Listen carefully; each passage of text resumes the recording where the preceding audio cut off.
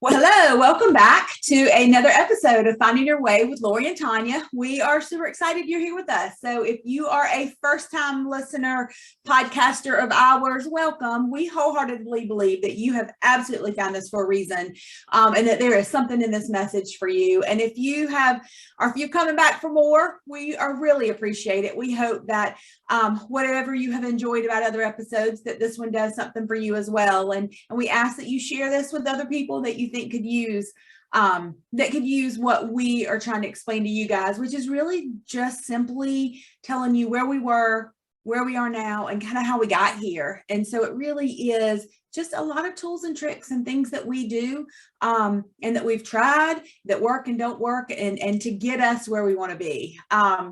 Today, we're going to talk about just kind of how do we jumpstart? How do we, if there's a thing that we want to do or something we want to accomplish or something we have to do, sometimes we cannot bring ourselves to do it, right? And so this is really a little bit about how do we get there when we really don't want to get there, but we really need to get there, right?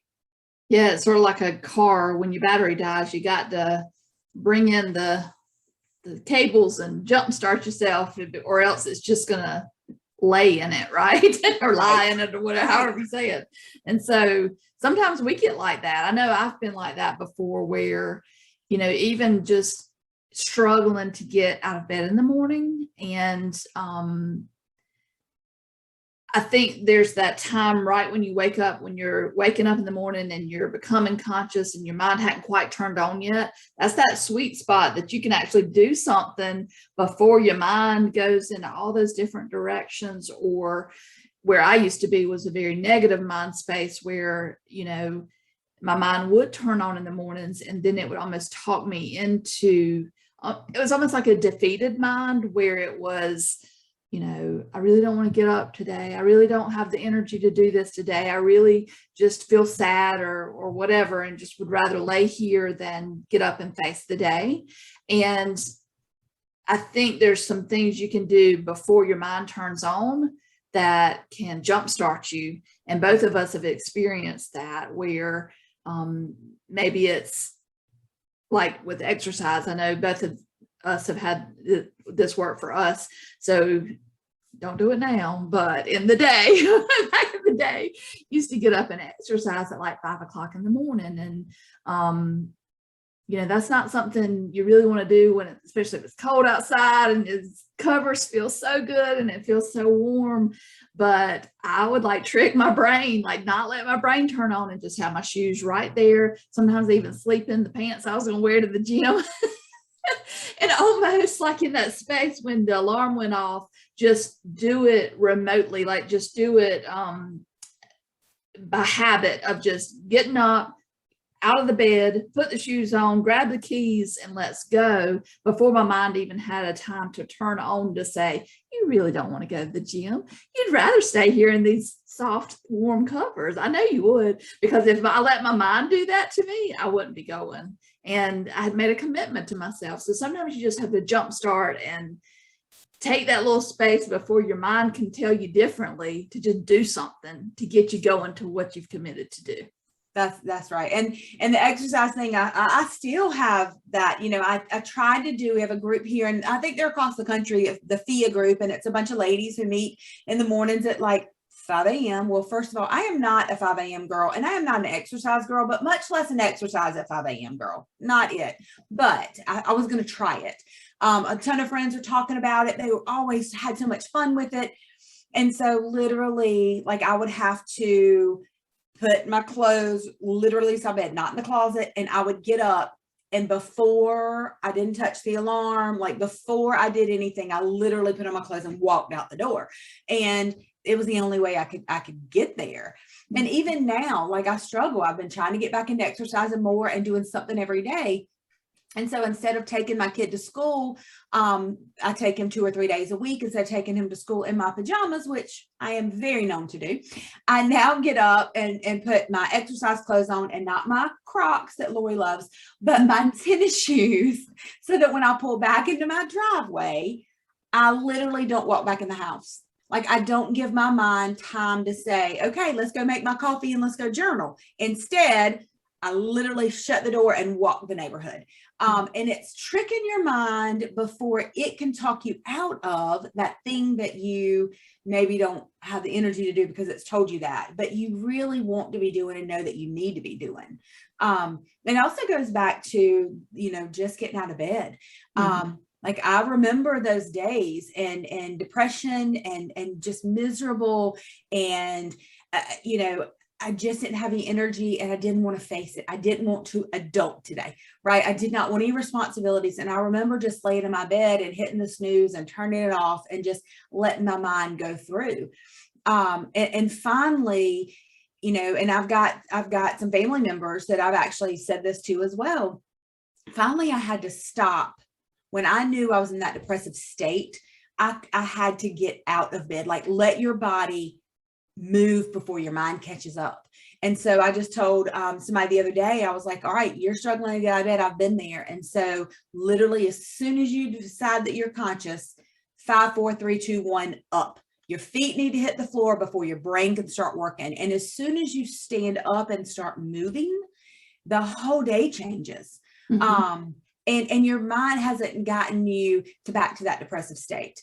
And physical activity, we know that it helps. And so just getting out of bed for me was physical activity someday. And it works. And so that was a trick that I've used, like literally laid there and went, okay, 5, 4, 3, 2, 1, up. Like I cannot lay here and think about this.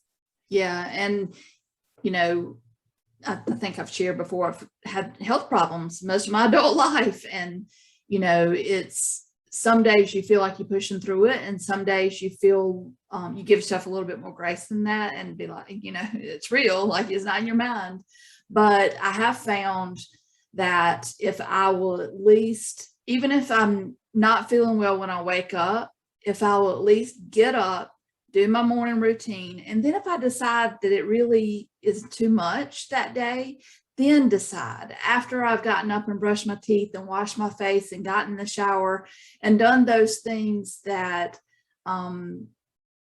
then I can make a conscious decision of whether to push that day and that I feel well enough to go, or I can make a conscious decision to get back in bed if that's what my body needs. And so, but what I have done in the past is not even gotten to that conscious decision making. It's really just more given up almost and not even getting out of bed.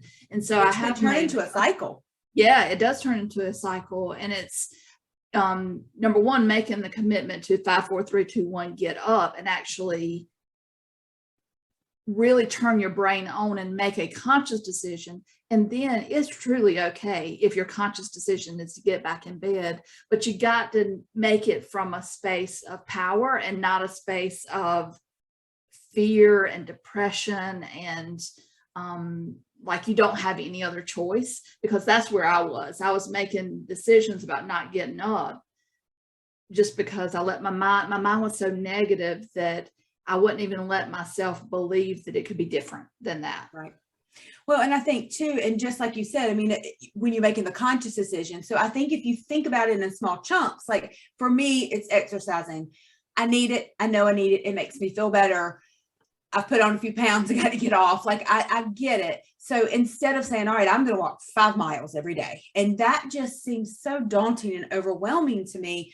What I will do is say, okay, I'm going to walk 1 lap around the neighborhood, or I'm going to get on my elliptical for 15 minutes. And if I decide I want to stay and do more, if I want to do a second lap, then I do it. And if not, then I quit. But I've accomplished something that seemed doable. It was doable. And 9 times out of 10, I go more and I do more. But knowing that I still feel accomplished after the first lap or the first 15 is a huge deal for me. And then day 2, and sometimes I do stop. Don't get me wrong. I mean, there are times when I'm just, it isn't working for me today. And that's okay. Give myself grace. Hey, I made my 15 minutes. Tomorrow, maybe I'll do more. Maybe I won't, but we'll see. But again, just getting on the elliptical, just walking out the door to go around the neighborhood is sometimes a big deal. And so jumping on that before your brain can talk you out of it is huge.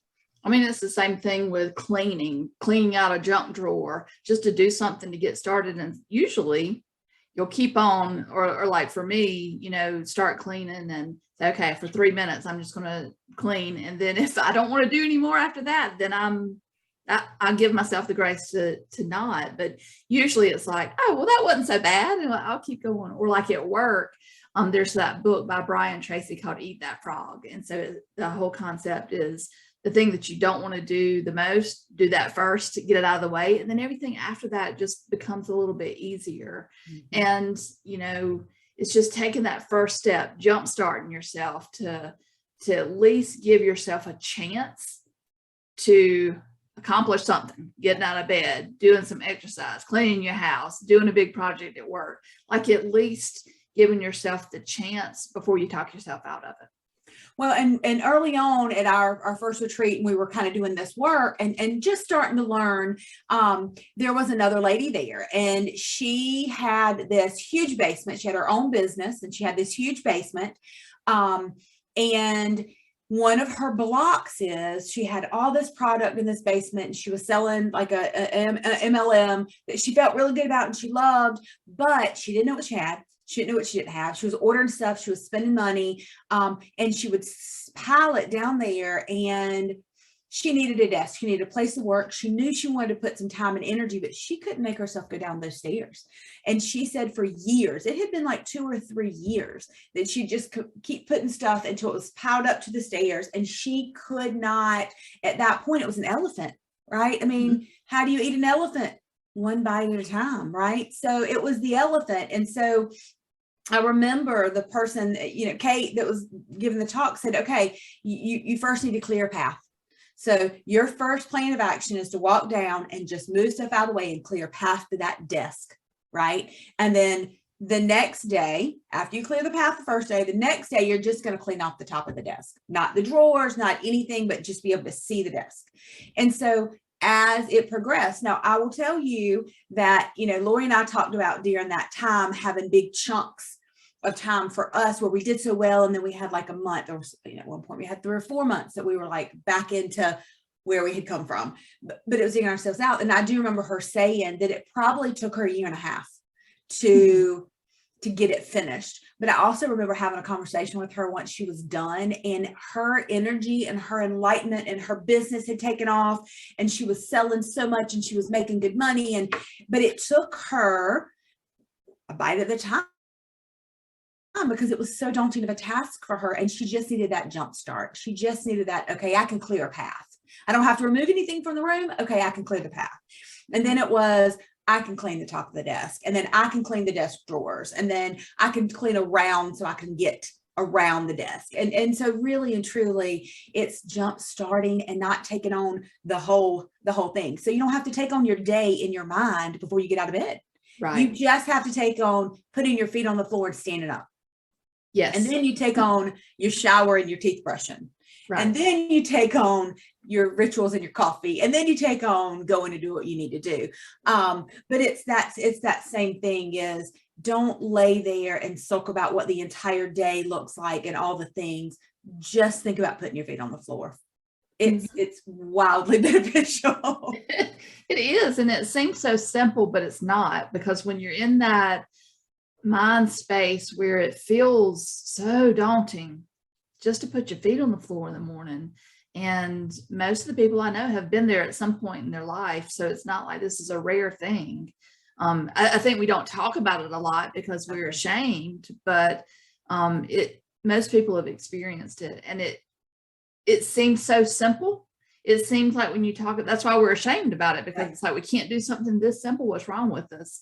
But it really is nothing to be ashamed about. And it's not simple. It's simple, but it's not easy. Right. It's not easy. Yeah. And so it's using these little tools in our toolbox. Okay, let me try that 5, 4, 3, 2, 1 thing tomorrow. Or, well, let me just at least get up and brush my teeth. Or let me at least put my shoes by the bed to go exercise. And at least I'll put my shoes on. Even if I don't go exercise, I'll put my shoes on, and doing it baby steps, because baby steps still lead to progress. They may be small steps, but they're steps in the right direction. And if that's all you can do, good for you. Like, you've moved forward. Well, and we talk about where we were and where we are now. And so we've talked about the progress we've made, but literally we've also talked about we still struggle. And there are still days, even now, like I had one last week where I needed to use this because it was heavy. It was a heavy day. And I thought, okay, I can't do this. I cannot lay here and woe is me. And it really wasn't a woe is me. It was just, I didn't feel great. Like I was just tired. I was exhausted. I was mentally I was tired from all the things. And so I literally could have laid there and curled up in a ball. And I have done that before, but this was just recently, literally for me, this was last week when I had to go, oh girl, you got to do it. 5, 4, 3, 2, 1, ass out of bed. Like seriously, you got to do it. So, just know that we're talking about this as we've done it in the past, but we're also telling you it is still our reality some days. Yes. And it's okay if it's still your reality too. We've come a long way, but there are still days that are heavy, and it's okay to have to use something like this just to get out of bed.